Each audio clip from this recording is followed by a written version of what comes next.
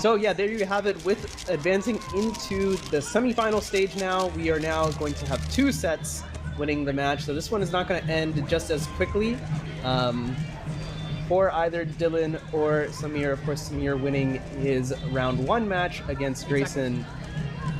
Grayson being sent to the lower bracket as a result. I'm really interested to see how these two match up here. These guys, of course, competed at the same World Championship stage just a couple months ago in this very city. Sameer did not start the timer. So it looks like Sameer not starting the timer here. DNF. That means Dylan automatically gets the point. We are now moving on to point number 2. Dylan is up 1-0. So we have another timer malfunction there. Dylan's just going to win that point outright. He doesn't even need to solve. And for Sameer, to me, it looked like he was even emphasizing keeping his hands on the timer for long enough. It's longer than I'm used to seeing him do it, so that must have been him forgetting about 4-pad, or maybe there's just something going on with this timer. Yeah, not sure what that's all about. Looks like, yeah, John up here to quickly check things out. I mean, looks like things are stopping as you would expect. Results also getting uploaded as you'd expect.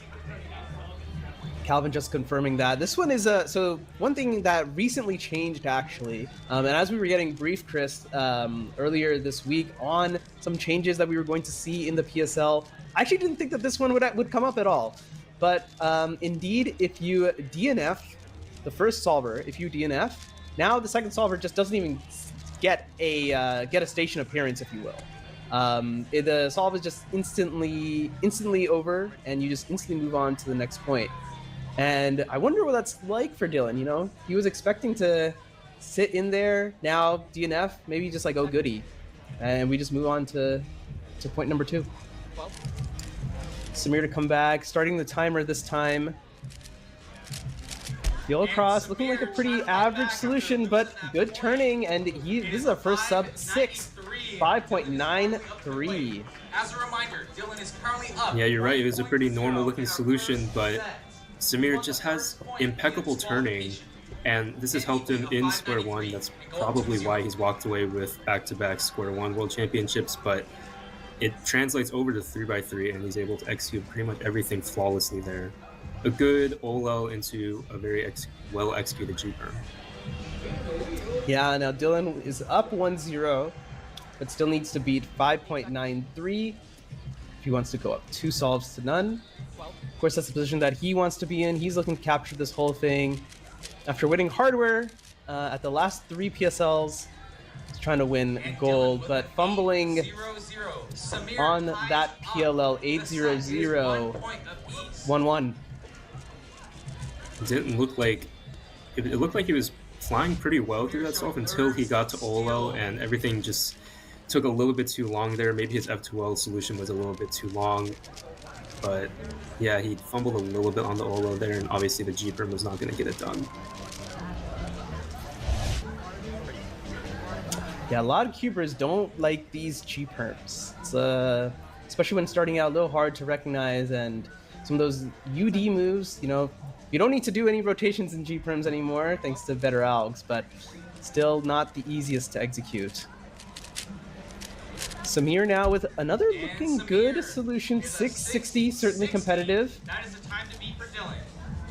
So he had a little bit of a pause at the beginning and one more pause during F2L, but again, other than that, he didn't really fumble at all. His execution is still really, really good. And so for Sameer, his turning is probably going to be carrying him this competition.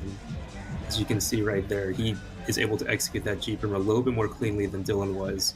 I personally like the G-perms because of the newer algs, but it seems like in competition they can get a little bit tough to execute under pressure. But now let's see what kind of solution Dilly can find. I noticed that Sameer did an interesting solution where he actually solved the last cross edge pretty late. Looks like Dylan came up with something pretty good there, 636. That'll give him the edge, 2-1.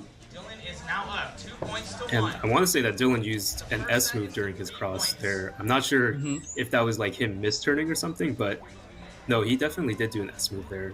Very, very interesting to see from him, because Dylan is mostly known for more simple solutions, but anti-suit into a T permutation there. That's a very good last layer. And now he's up 2-1, and he's only had to win, like, he's only had to legitimately win one solve.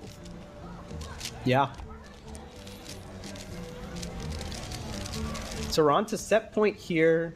Sameer solving first, unfortunately not starting the timer on his first go-around. So putting himself a little bit behind, then tying things up. Ooh, looks like he's out to track a couple pieces. We could see something pretty good from Sameer here if he can just put it all together. Nah, looks like he overcooked it just a little too much. Pseudo-slotting perhaps. 10:58, that almost certainly is not going to do it. But it's not looking so good right now. Yeah, barring a DNF from Dylan, and this was actually what I was surprised about with the new rule change for the DNF is that even if you DNF, there's always a chance that the second person could DNF, but we're deciding to not on that risk. But here Dylan still needs to solve the cube in under 10 seconds, which he might be able to do one-handed, so this should be an easy win for Dylan. Yeah, in fact, he was able to do that one-handed just last week at a competition here in Southern California. Of course, he's not going to do that today. He's going to use both hands to solve the cube. Of course, he wants to put up some good results as well. But looking just a touch locky, he will secure the win, though, with a 7:31. Wasn't pretty, but takes the first set. As a reminder, this format is yeah, and he probably isn't happy with the way he's solving right now. He won the set, but not particularly good solving from Dylan, especially because, you know, he was getting low 5 averages in the qualifying rounds, but can't complain with the win. He's able to pull it out even with not his best performance, so I'm sure he'll pick it up in this next set here. Yeah, exactly. As he's practicing warming up on his phone, listen to some tunes. Of course, he likes having those just going around in the background. Can definitely help you lock in, certainly. At least for me, I find that having a little tune running in my head can kind of help me kind of focus away from the solving.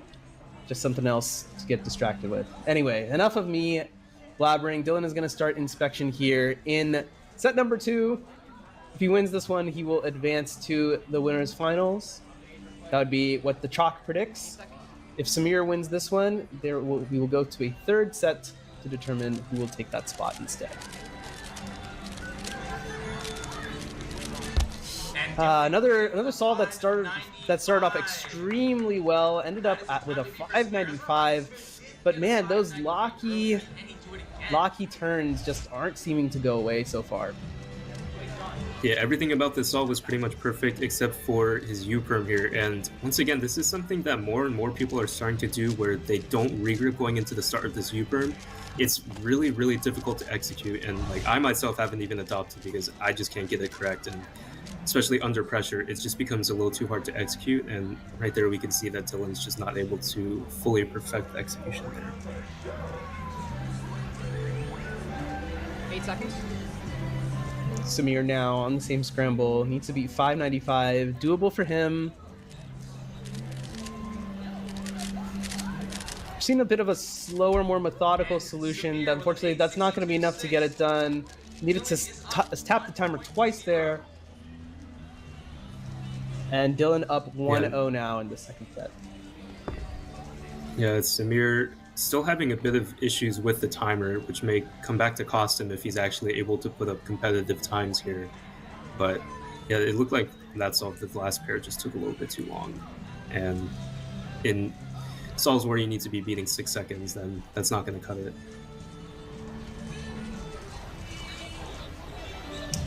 Dylan now, he's looking to repeat what he got in the last one in terms of getting a sub 6, but hopefully this time a couple of fixes to the turn quality.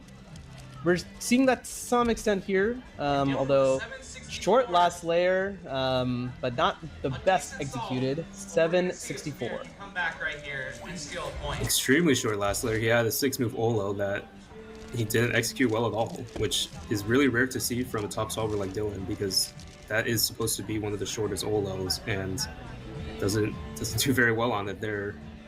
also does the alternate J-perm algorithm, and so 764 for Dylan is definitely not what he's looking for. He averages low 5. Yeah, a bit surprising. Would have expected a little bit cleaner solving, but of course we are just getting things started here in the pro division. 676 for him. That's gonna take it by a whole second. Tied once again, 1-1. He had a few pauses there, but it looked like the things that he was pausing for were very short solutions. Like he paused right before he did just a free insert, so even though he paused, his solution was really short, and 676 gets it done. Although, again, I'm very surprised that 676 is able to win against Dylan, because he's just really not solving well right now for his standards. Yeah, let's see. Does this scramble have anything for him? Looks like he went from white to yellow back to white. And yeah, ended up deciding to stay there. This one is looking quite a bit better from the jump. 733 though. Yeah, not quite there. As Chai just said, yeah, leaving the door open a bit. Sameer's gonna need to put something together, but certainly possible for him to take this one. Yeah, he preserved that free pair there, but it looked like the rest of the F2L kind of took a lot of moves and not quite able to predict that pure OLL, so he had all the pieces permuted on his OLL case, but he didn't exactly know which PLL that was going to give him, so he still had to pause going into PLL. Yeah, what will Sameer do? Yeah, same white cross, and he's starting off with a flyer, already onto last layer. There's his PLL.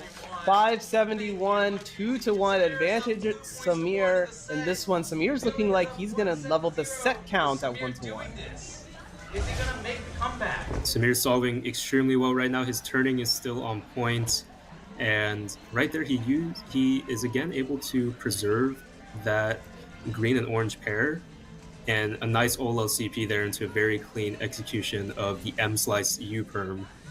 It just seems like I'm saying that Sameer's executing everything cleanly, because he is.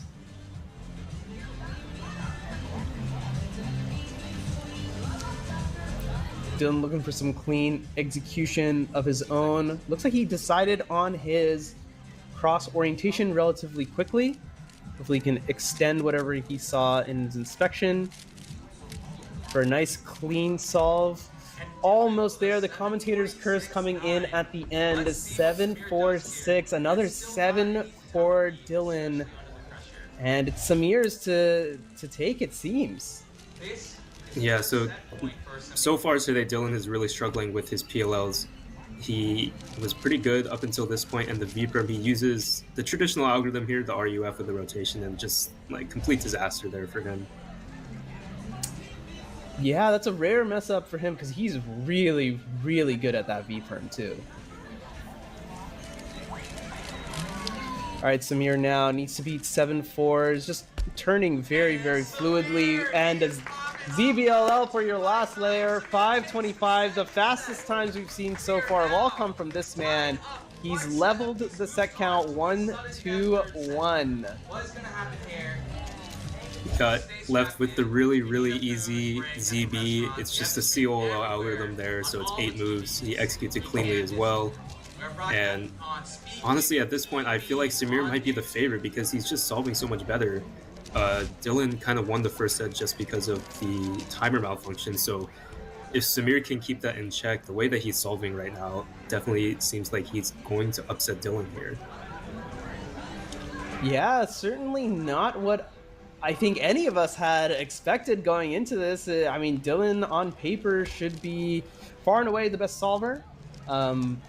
I wonder if it's just because, you know, it's still pretty early, and of course just because I'm even saying if we still have one more set to go, right? So maybe let's get through that first. The winner of this one is going to end up in the winners final.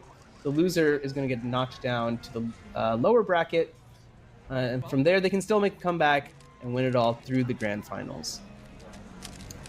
Sameer looking somewhat fluid at the beginning, but that's a clean DNF. Looks like he misrecognized his last layer to some extent. It's very, very surprising, but another automatic win for Dylan Miller. Wow. Yeah, and it wasn't even a timer malfunction that time. He just thought he was going to get a PLO skip, but he didn't. So I understand the case that he was getting. It really does look like the PLO skip case, but you can't always be sure there. And, you know, Sameer took a chance because even with the PLO skip, the solve is going to be like a 5.9, which it may not be winning against Dylan. But I do want to say that even though Sameer is coming in technically as a huge upset with the 5th seed, he is the 2nd highest ranked competitor in 3x3 with a 556 average.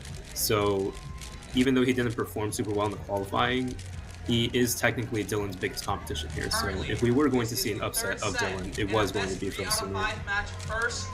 Yeah, it makes a lot of sense. Of course, Sameer also, like, as we kind of mentioned at the jump, a little bit of an inconsistent 3x3 solver as of late, just because he hasn't really been focusing on it to the same extent as he has, of course, other events. And so, you know, because we've seen that inconsistency, it's not too surprising to see a couple solves here or there where he's able to take off even, you know, one of the best in the world, Dylan Millie. Yeah, and I was kind of hoping to ask Sameer how his preparation has been for PSL, because inconsistent 3x3 solving, he obviously is very much more focused on square one because he's the world champion. So I wanted to ask if he was, like, how he's preparing for this, how much 3x3 he's been practicing recently, because, you know, I mean, the school year also just started for him as well, so we don't know how much practice he's able to get in, especially for his non-main events.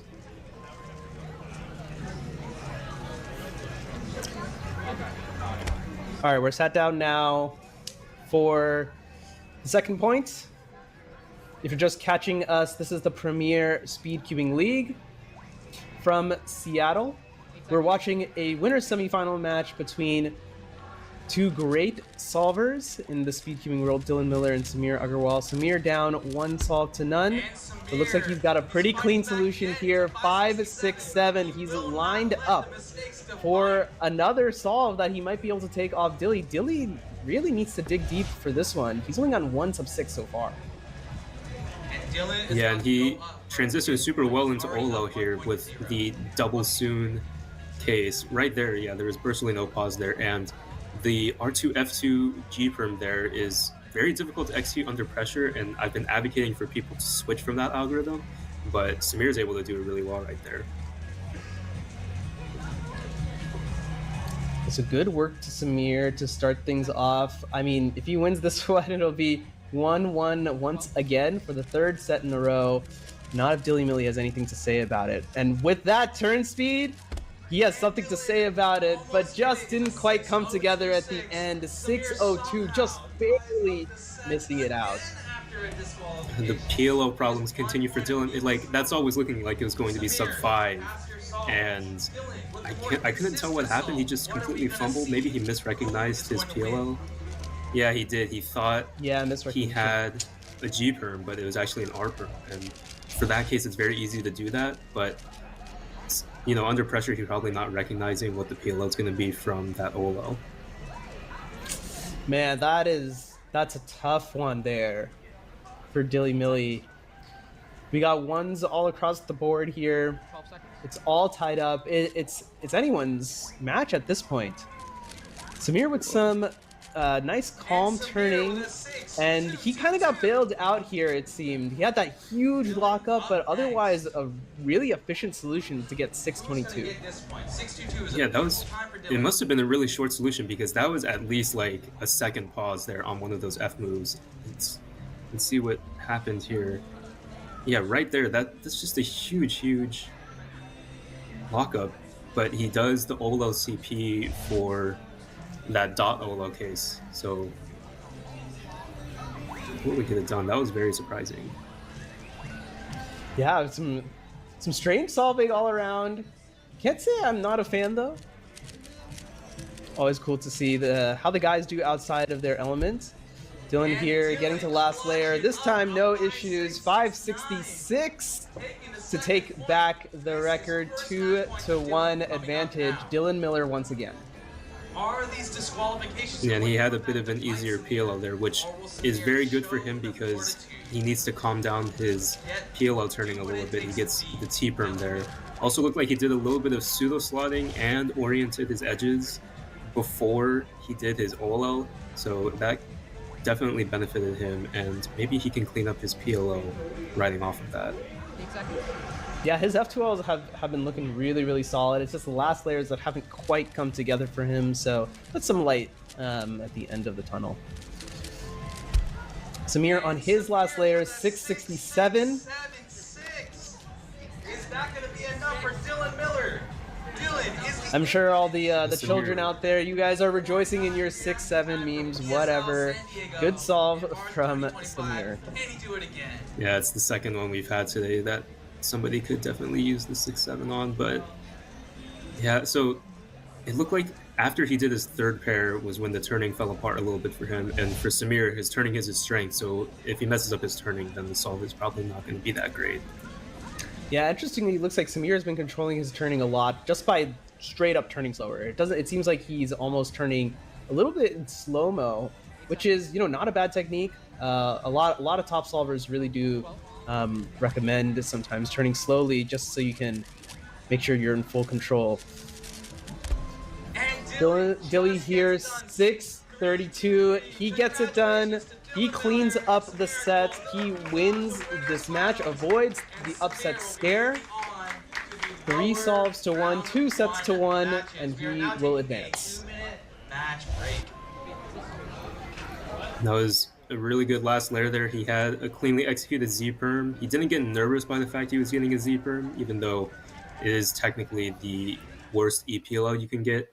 But good job to Dylan because he's able to clean up his PLO executions in the last set, and he's avoiding elimination here.